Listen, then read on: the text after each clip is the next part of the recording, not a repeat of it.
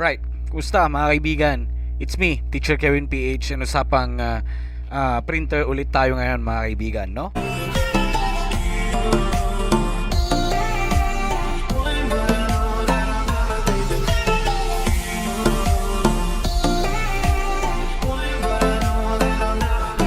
No? Medyo tinatamad ako mag-upload ng mga videos natin. Pero ngayon lang nanumbalik. May mga bagay kasi na dami nating iniisip sa buhay. Sobrang basta mga problema ba mga kaibigan? Problema ba?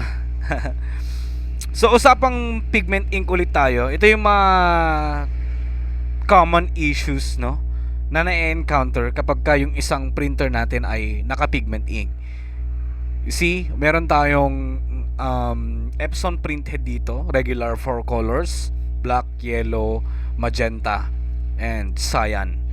So dito mga kaibigan, pansin ko, yung client natin na may-ari nito, printing shop mga kaibigan. So dito, question niya, lagi namang nagagamit pang printing business nga, bakit nasisira pa rin yung printhead, nagbabara pa rin? Yan din ang hindi ko ma-explain, pero I guess nasa ink na tayo dyan. Alam naman natin mga kaibigan na pwede lang kahit na anong ink sa mga Epson printers, pero kapag ka hindi yung original ink, magkakaroon tayo ng problema dyan, no? So sakit ng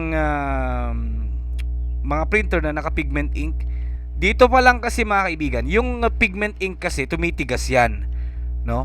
And ang dating kasi niyan mas malapot kumpara sa mga regular dye ink. So dito, kung papansinin natin, hindi na makita kasi na-clean na rin natin to mga kaibigan. Nung na-check ko to, kusang nagbabara dito pa lang sa entrada. Kasi pangit yung print quality niya eh. And pag pinump out natin, okay na naman yung quality. But then again, babalik at babalik, magiging pangit na naman. Kasi nga, dito pa lang sa mga butas dito, meron kasing 1, 2, 3, 4. Merong 4 na butas, no? Sa bawat kulay. Diyan pa lang, natitigasan na ng ink. Tumitigas na yung ink mga kaibigan. So, we've performed 3 cleaning in this one. Then again, babalik-balik yung issue. It's because of that, yung pigment ink mabilis na tumitigas mga kaibigan.